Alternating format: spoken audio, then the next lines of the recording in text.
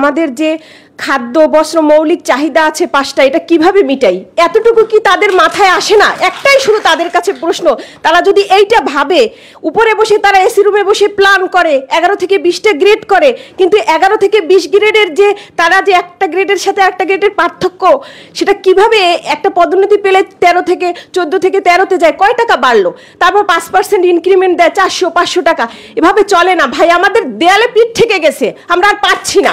আপনারা দেখেন, আমাদের এভাবে যদি দেয়ালে পিঠ ঠেকতে থাকে, একদিন দেখবেন আমরা অসহ্য, অসহনীয়, এবং এই সংসারের চাপে আমরা আর পারতেছি না। আপনারা আমাদের বিষয়টা দেখেন।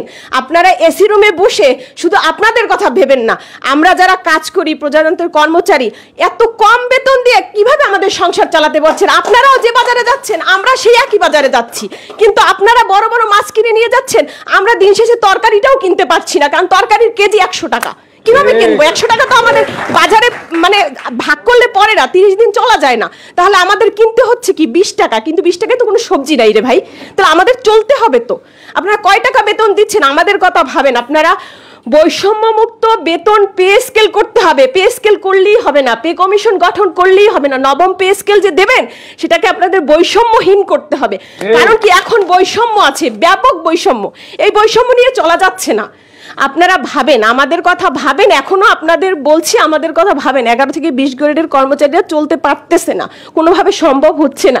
আপনারা গ্রেডটাকে কমই নিয়ে আসেন, 1 থেকে 10-এর ভিতরে নিয়ে আসেন।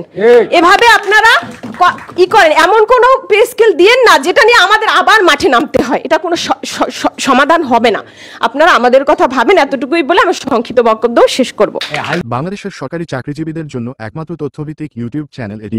আপনি যদি একজন সরকারি চাকরিজীবী হয়ে থাকেন, তাহলে নবম পে স্কেল সহ মহার্ঘ ভাতা সংক্রান্ত সর্বশেষ ও নির্ভরযোগ্য আপডেট পেতে চ্যানেলটিতে লাইক দিন, আপনার মূল্যবান মতামত কমেন্টের মাধ্যমে জানান এবং অবশ্যই চ্যানেলটি সাবস্ক্রাইব করতে ভুলবেন না। ধন্যবাদ।